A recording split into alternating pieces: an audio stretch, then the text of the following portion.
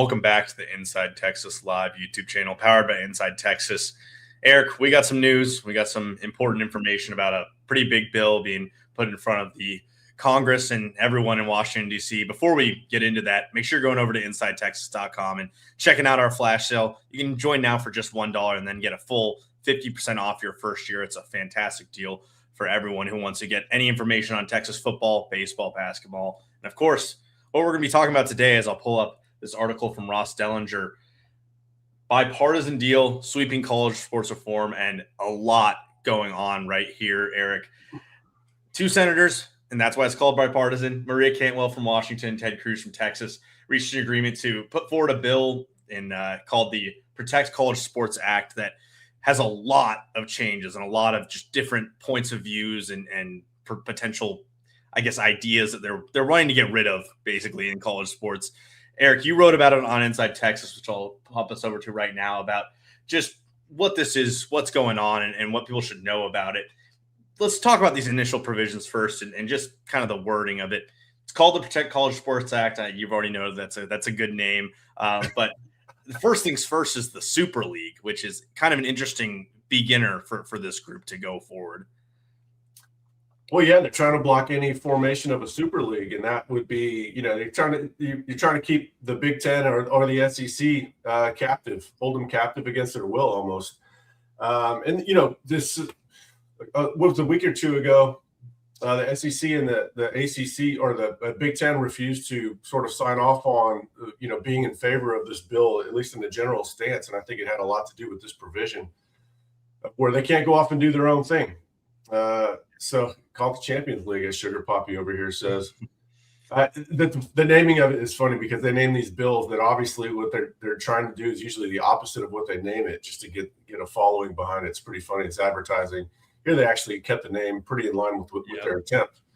But yeah, they can't. If this is a bad deal for the SEC, why would they want to stick around? They're trying to keep them captive here, and I made a point to this about taxpayers or businesses should be able to flee one state for the next. The principle is no different here. Basically, you have the haves and the have-nots, Texas and the SEC and the Big Ten, Ohio State, Michigan, they're the haves. And a lot of times you have a discrepancy between what they want and what the have-nots want. And Texas doesn't want to lose its advantage. The whole reason they left the Big 12 is because Texas and OU were the haves and the rest of the conference wasn't. And they weren't appreciative of what the haves brought to the table. I think a key flaw here, Eric, that Pete Nakos pointed out when it originally was proposed is that this pooling of media rights part of the deal where these have-nots can get some of the money that the haves are making. Mm-hmm. They need 75% of these 138 FBS schools to sign off on it. And you can do that without a single Big Ten or SEC team. And realistically, I think a lot of these, especially G6 teams, but even ACC and Big 12, are going to sign off on this. And one of the big problems with trying to get this through in Congress and actually onto the floor is, well, how are you going to get these senators and politicians from these SEC schools to sign off on the idea that, hey, you have to give some of your money that you're earning and making to these other schools, but you also can't go and leave in case things are getting out of hand, and you want to find a way to kind of make this your own sport and have your own rules, which that's, I think, one of the biggest kind of negatives and downsides of this really large overarching bill. It has, I think, about 12 to 13 different key points that they're trying to hit.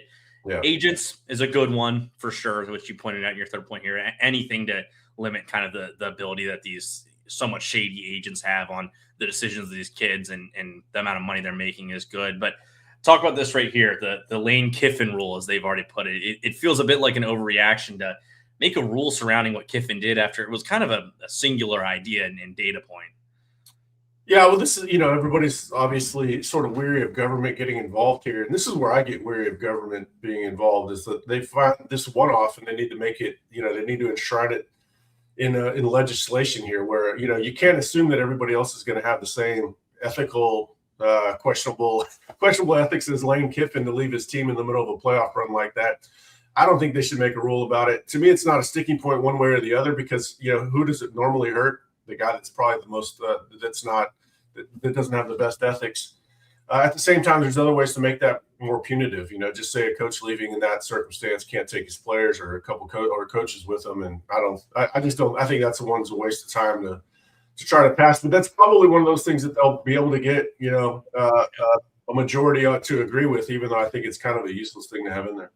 Yeah, I think when you have so many provisions, there are a few that they kind of just want to be layups, and that I don't think there's going to be much pushback to. Yeah, that agent one is a layup. Even though I'm in principle, I don't think an agent should probably be capped by the government. I think in this instance, it's fine. Go ahead and find the things that you can compromise on. That's what this is all about: finding what works. And some of these things actually work for both parties. Everybody thinks they're so different; they'll never agree on anything. Some of these things, I think, people will find agreeable. Now, there's a couple things in there that you would think that neither side would agree with that they both have in there, which is kind of weird. And back to that original point that you made about the haves being kind of penalized for being haves. Ted Cruz is the senator of Texas that authors this bill. Yep. And who are being hurt the most? It would be Texas A&M, and Texas Tech, which is not really a have and not in the SEC, would be hurt by some of these other provisions too. Yeah, and that's what happens when you're going so deep. This is a branch off of the SCORE Act pretty much, and Cruz and Cantwell, we'd heard kind of rumors that this would be coming to fruition, that they would have some kind of legislative piece that they're going to bring in front of the crowd and put out to make some change happen. But it does feel like, as we'll get a little into some more of these provisions, that there's a few that are kind of just added in that feel like nice things to have, and then a few things that are such sweeping changes that you go, how is this ever going to kind of work through all the suits and whatnot down in DC? Shout out Washington, DC. Limiting transfers, of course, is something that's always going to be probably on the good side of things for the average college football fan. That doesn't feel very bipartisan. It feels like players shouldn't be able to move around at this kind of egregious rate that they are right now. And same with the 5 for 5. I mean, these feel like 2 home runs here, Eric. Yeah, I think everybody can agree on that. In principle, I'm against. Guys should be able to do whatever they want. They want to leave school, go to another school. In principle, you think that's a good idea or a fair idea, because I can change jobs. You can change jobs whenever you want. But it's also hurting a lot of student athletes that think the grass is greener on the other side. A lot of players play their last snap. They misjudge their value in the open market. They go in the portal and they never come out. At the same time, there's a lot of instability on rosters. It's a pain in the ass for the coaches to navigate. And there's still plenty. They can still transfer. They still have a free one-time transfer. They can transfer again. There'll be a penalty for it, like there used to be. And then they can still get out if a head coach leaves. So it's not like they can't. It's not like they're entirely tethered to that school. I think there should also be a rule that they can't leave after 1 year, because so many guys leave for the wrong reasons, or they sign up to school for the wrong reasons and are ready to leave and give up on the situation. When a lot of times there's a very large amount of guys that wanted to leave early and stuck it out with their school and went on to have extremely successful careers at the school of their choice. But that's something I think that most people can agree on, like the agent thing, capping what they can earn, and also making sure that they're licensed properly. So it's not just, all we're looking for is more uniformity, less stuff, less operating in the gray areas. But of course, coming with that, limiting these athletes, there's always the talk about employees, and if these athletes are ever going to be called employees of the school. And one of the problems with limiting where they can go, and especially if you're limiting NIL deals, which we'll get into right now, like that's where it starts to become tough, where these athletes are going to say, well, how can I agree to anything that limits who I can be and what kind of provision, or not provisions, but what kind of freedom I have to earn money and go to whatever school I want to do so. Yeah, I agree with you here. I mean, the limiting the third-party NIL deals, it both feels wrong, and also just it doesn't seem realistic that's going to be able to happen. Really, what the idea of NIL was in the first place, Eric, was we're going to have these players come in and they can use their market and their name and their brand to take on these third-party things. A guy named McDonald can go represent McDonald's. Arch Manning can go have an athletic line if he really wants to.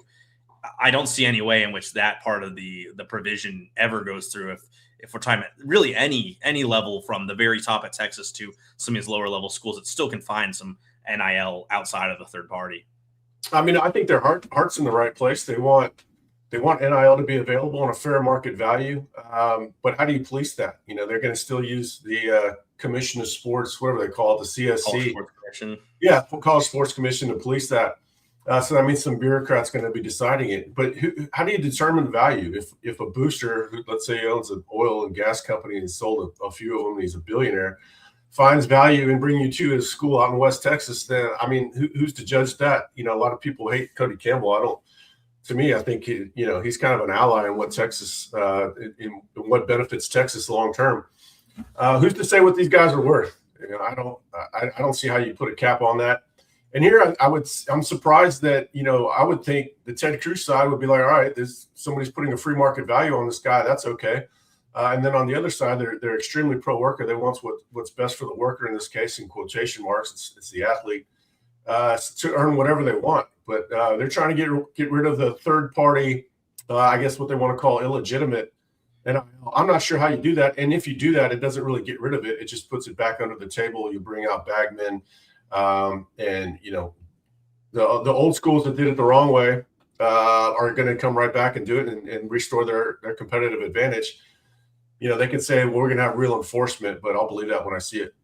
Yeah, CSM, right, or the CSC, excuse me. One of the big problems right now is that they have all these. You technically have to appeal all of your third-party NIL deals to them, and most of them get acknowledged and passed through. But some of these schools you're going to start seeing that they're just going to go through with these NIL deals without having the CSC really monitor what's going on here, because that bureaucratic process just doesn't work fast enough for college sports in the way that a player just wants to be able to represent some local burger joint, but that can be construed a different way. And let's talk about this 9th point here from you, Eric. Avoiding, for our podcast only people, avoiding the issues of employee status and collective bargaining is like writing the Bill of Rights without discussing property rights, which, yeah, employee status is just a hard thing to kind of just brush by when you're talking about. Yeah, it's the elephant. It's the elephant in the room. Truly. Collective bargaining has to be. There has to be federal legislation because every state has different collective bargaining rules. Texas is different from California. So how do you've got to have uniformity between USC and UT, right? And so the feds just glossing over this is kicking the can down the road. They know that. I think they're just trying to get steps down the road, before they address it. But to me, you address that first. Otherwise, that's the starting point for the whole thing. I think the toughest part of all of this is that there is so much that needs to change, Eric, but you have to really pick and choose what they can put into this first one, because I would put the status of employees and all of, when it comes to the movement of a player, at the very forefront of all of this. But even just the college football playoff seems to be what people want to tackle first, and that's not a legislative thing, but they have to find the right balance between what people actually agree with and what won't just get clogged I'm sympathetic to their pursuit. I do think that federal legislation is needed because uniformity is needed, and you've got all these different states. It's the same reason we have federalism and the federal government structured the way it is right now. This is the textbook case of it. You've got all these states with their own legislatures writing their own rules and laws. They're not doing anything wrong. But everybody has competing interests. And so you've got high school athletes getting paid in some states and not in others. They're just trying to create uniformity. And the only way to do that is through the federal government. I've had a lot of talks with people very high up in government, high up at Texas. And even the people that are kind of distrusting of how the federal government operates, and they're skeptical whether or not anything can actually come together. They feel like, hey, the only way it's actually going to work and they're going to have stabilize the sport is with federal government involvement. So these are the early steps. I'm sympathetic to it. Obviously, there aren't going to be any perfect solutions. We shouldn't even be looking for perfect in the first place. We should just be looking for better. There are some things in here that would make the sport better. There are some other things that I think that would that seem untenable. But I'm glad these conversations are happening. And this is not my forte to discuss. It's not yours, even though you're born and bred in DC. You should be an expert at all this, even though you're 22 and you're closer to civics classes too than I am. But these are all necessary steps that have to be taken, and these discussions have to be had, and hopefully people can do it without political blinders on. And it's good to see that Cruz and Cantwell are at least trying to bang something out. Again, there's never going to be a perfect solution, but the goal should be to make the sport better. And there's stuff in here that does make the sport better. Not that this is going to pass as it currently stands. Well, and I was going to say, people don't like hearing that the sport is broken or that it's ruined, and it's so subjective, but it's unstable, and that's not something you can argue with. It needs some kind of governing body and rules. There aren't rules really right now, and so this last point here about the CFC, the College Sport Commission, which we've been talking about earlier, now has the ability to enforce a cap and threat with legal challenges if that cap is not enforced between each schools and they're not following, which you're neutral on. I'm pretty high on the idea that like there needs to be some kind of spending limit, or at least a way to monitor the amount of extreme that's going to be going on in the sport, because we hear SEC reps and administrative people saying these are going to be $60 million rosters pretty soon, and then after that it's going to be a $70 million roster, and just don't know if that is an attainable process and something that can really be sustained over a long period of time. So you know that you're neutral on it. There are going to be trade-offs, as you put it. Yeah, obviously, I'm not under the illusion that I'll ever see anything that I perfectly agree with. I don't even want that. The sport is on stable footing in that it's very entertaining when in between the whistles. It's a wildly entertaining sport, so it's got inertia in that way. But I think fandom has waned a little bit. Certainly, there's less interest in a lot of aspects of college football. Certainly, recruiting is one. I see my views are down on stuff like that. There has to be enforcement. There has to be teeth in the enforcement. I think they're at least working in that goal. And Cantwell said in that article that the cap would probably be floating cap. It would go up over time. The reason I'm neutral on it is because a cap puts a limit on what these guys can earn, and I don't think that should be the case. And also, they can't really – they've got to leave third party – to me, they've got to leave third party alone. So I'm glad that they have enforcement for the rules that are being broken. I want them to have the right rules in place to enforce.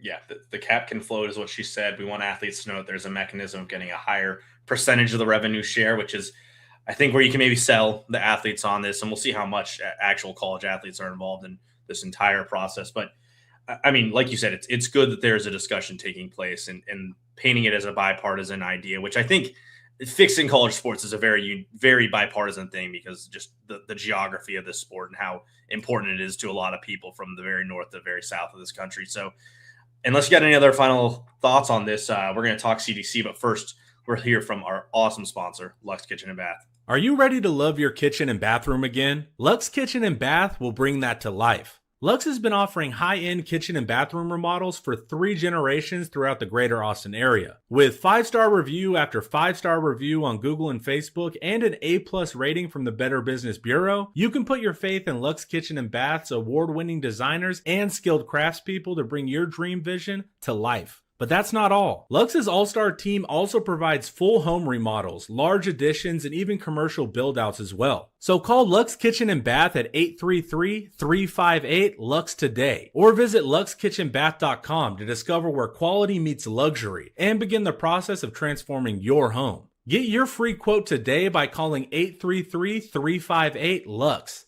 That's LUXE, or by visiting luxekitchenbath.com. Contact info is in the description. Yeah, definitely crazy times, Luke. I did not think this was going to be the kind of reporting I'd be doing in my first 2 years of covering college sports, but here we are. Eric, any last thoughts on all of this?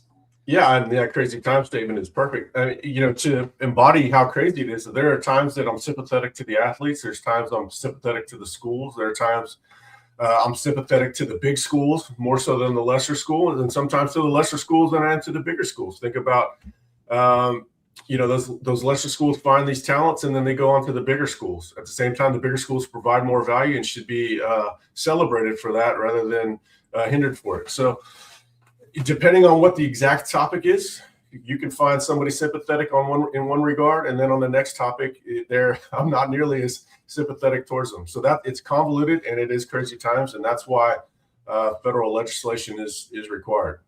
Yeah, you wouldn't be hearing this many people kind of clamoring for it if it weren't for there being so much going on. And a lot of people that don't want federal government involved in a lot want federal government involved in this.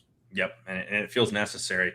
Conte, we finally got to hear from him for the first time since I think the town hall in a public setting in Destin at the SEC spring meetings. We got a lot from Sark. Joe Cook, our own, is on site and noted how there's not a lot of talk about football. There's not a lot of talk about Arch Manning. There's a lot of talk about pretty much everything we've just gone over and way more the 2014 playoff. Joe has done a great job of kind of summarizing what's going on and just filling everyone in on this. So we're going to just point out some of the things that we've seen from Del Conte. First, on his playoff preference, we're in the process of evolution. A lot of just kind of AD speak, really, but kind of points out that they used to reward 6 wins, and that was kind of the goal you were going towards, to at least get to a bowl game, and that's how it was for 100 years. So he basically said we need to look at what the playoff looks like, what it should be. Eric, what do you think, really, if you had to ask CDC without any filters, without anything kind of blocking his set ideas. What do you think he thinks is the best idea for the playoff? I don't. The set teams. I think the set teams are overblown. Like I said in that poll on IC this morning, more important is uniformity and how the teams are selected. Let them know how they're going to be selected, and then we can probably figure out what the best teams are, what the best number is going to be. If strength of schedule matters, and you don't have round robin you don't have round robin to the point you can determine who the best teams are in the conference, then you're going to have to go by strength of schedule because they don't all play each other. And so you don't know. So to me, it's more important to have uniformity in how they select the teams and then go from there. I lean towards 12 as a number personally because we just saw Miami squeak in and they played Indiana, who is, unanimously the best team in the country, very hard, almost won that game.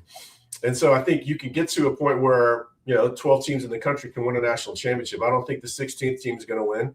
And at the same time, but I do think the playoff games were pretty bad. The early games were really somewhat borderline unwatchable because there were teams in there that didn't deserve to be there. So they've got to figure out how to make sure the best teams, no matter what the number, are in. And I think you probably have to bring in the computer element along with the I guess you can keep the bureaucrats in there. I don't know if I want that, but I care much more about how the teams are selected than the number of teams that are selected.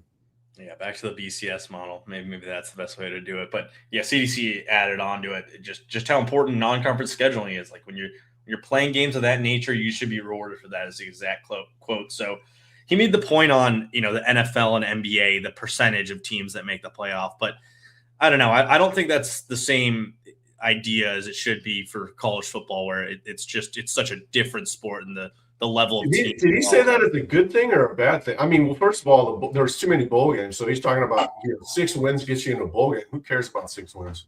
What he said was all about TV money. That's all about that was about TV money. I don't know. I don't. If he would be wise to not compare college sports to pro sports, because college fans like the differences between college sports. Between pro sports. I mean, my wife is complaining last night. She's like, how long are these NBA playoffs going to go on? I was like, you say the same thing every year because they start, when do they start? April and they go to June? Late April through, it almost gets into July with the NBA. And that's a problem because they've been bloating the amount of teams that get in the play-in is too much. The NFL's kind of messed up their own way with the single buys. And I mean, the expansion has just been too much a part of sports recently when it comes to the playoffs, and I'd love it if there was some sort of way to have like a relegation type of system, but that would never come to college sports. That's great. But yeah, awesome. CDC added on to it, like the games they played did matter. Michigan and Alabama in those 14 playoffs, and that did help them a lot. I guess the 12 team for Michigan as well. But how do you balance this? Like, where is the line where you can still schedule these out of conference games? Because he said, like, tentatively, Notre Dame is still on the schedule. Clearly, he is having his reservations about these big out-of-conference games. And they feel like they were just misled. They thought, they were going to 16 teams, and that was going to be more of a reason to keep Ohio State and, these tougher games scheduled. So if they don't expand or if they don't reward tougher schedules, then they're probably going to cancel that Notre Dame game, and I wouldn't blame them. These guys are going to follow their incentives. Their incentive is to make the playoffs. Their incentive is not to lose an early non-conference game and then cost themselves down the road. Especially with you could be a damn good football team at the end of the year and miss the playoffs. That's possible. You just saw Miami squeak in. Notre Dame was left out. Texas was left out, which was a much better team at the end of the season than they were at the beginning and parts of October. So that they're going to follow their incentives to do what they got to do to make the playoffs, and if that means not canceling what makes the sport so great, which is compelling football in September. There's not compelling football in the NFL. I mean, I was just talking to my wife. Hey, let's go to the Texans versus Buffalo Bills opener, and then I saw the date, September 12th. Well, that's a noon kick, and Texas plays Ohio State at the night before. I'm still going to be covering that game the next day. I don't have time because that Texas-Ohio State game is massive and as compelling, as fun as it is to watch Josh Allen play against a great defense like the Texans. It's September. It doesn't freaking matter. But college football in September should matter just like it should matter in October, November, December, and the rest of the months.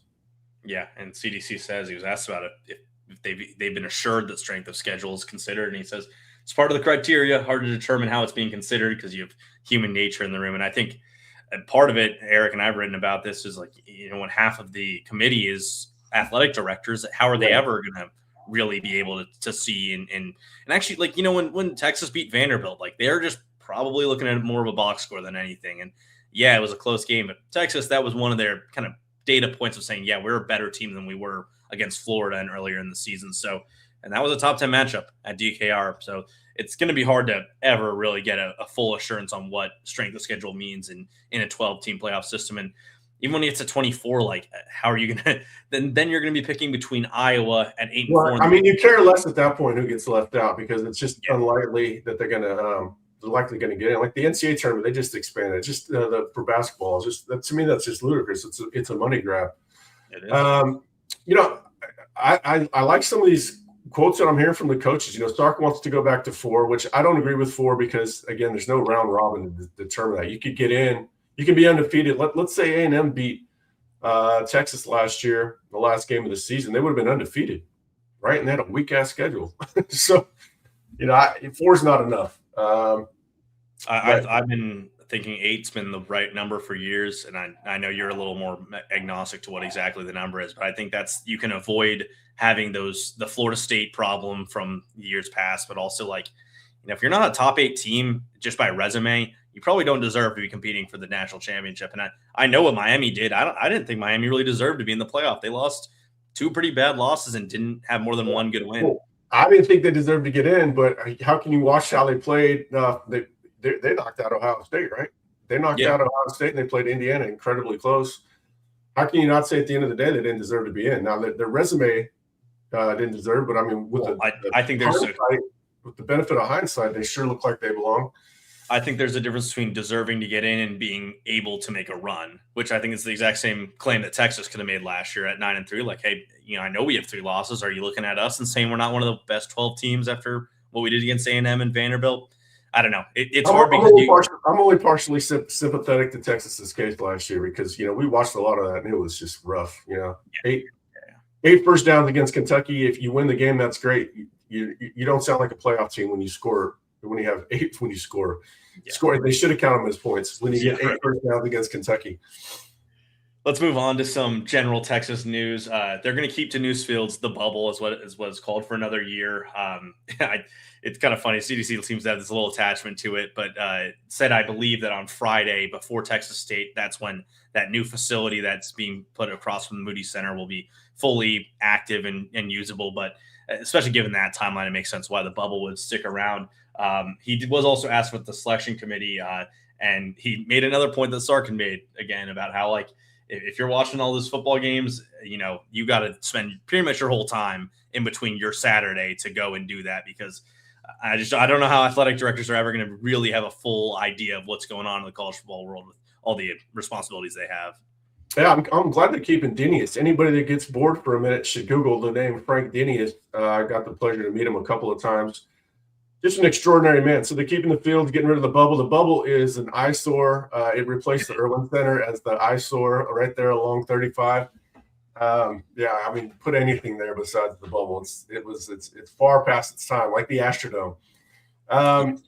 It's athletic. First of all, who said athletic directors are experts in the first place? I mean, I don't. And then the notion that they're not biased in any way is to me, it's incredible that you have athletic directors on the committee. Like that's first of all, they haven't proven themselves to be experts. Would anybody who's on there? The Arkansas guys on there, right? Your text on there. Utah's AD. Would anybody would Arkansas fans be fine with Mac Brown on the selection committee or something? I mean, it's just. I agree. I think it should be people who aren't currently employed by an institution in the sport, and that's former players, maybe that's journalists, maybe that's coaches. But yeah, I'm with you.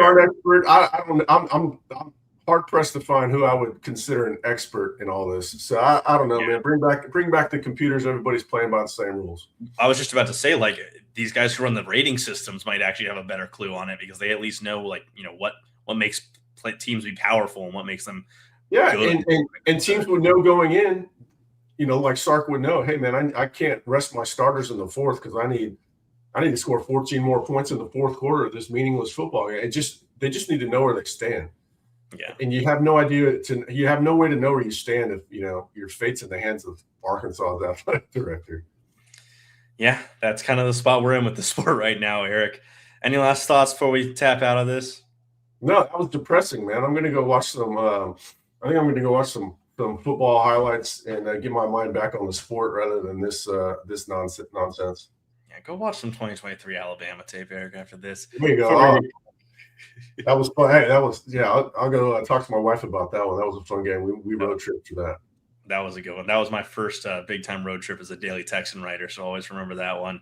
Before we head out, make sure you guys are going over to InsideTexas.com and joining now for just $1 and then getting your next year 50% off. It is an awesome, awesome deal that gets you all this access to the discussion that we did today, even more extensively. Of course, Texas football updates, Texas baseball as they hit the postseason, and basketball and everything in between on Inside Texas. Eric, thanks so much for hopping on. Really appreciate it. Really appreciate you, Luca, and Will. See you guys soon. Talk probably some more about this eventually, but also just Texas sports. Have a good one.